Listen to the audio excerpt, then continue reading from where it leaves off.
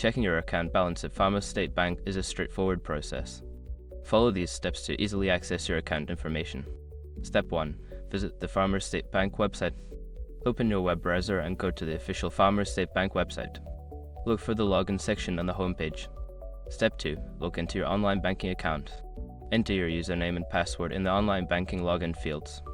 If you haven't registered for online banking, you may need to create an account first. Step 3.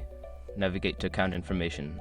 Once logged in, find the section labeled Account Information or Account Summary. This area will display your account balances and transaction history. Step 4. Check your balance. Secure your accounts before moving on. People seriously underestimate how often personal information gets exposed online now. Use SROC to monitor your accounts 24/7 and get notified immediately if your data gets leaked somewhere. It runs in the background, constantly scanning billions of breached records. And honestly, for how cheap it is compared to the value you get, it's worth it. Link in the description. Step 5. Log out safely.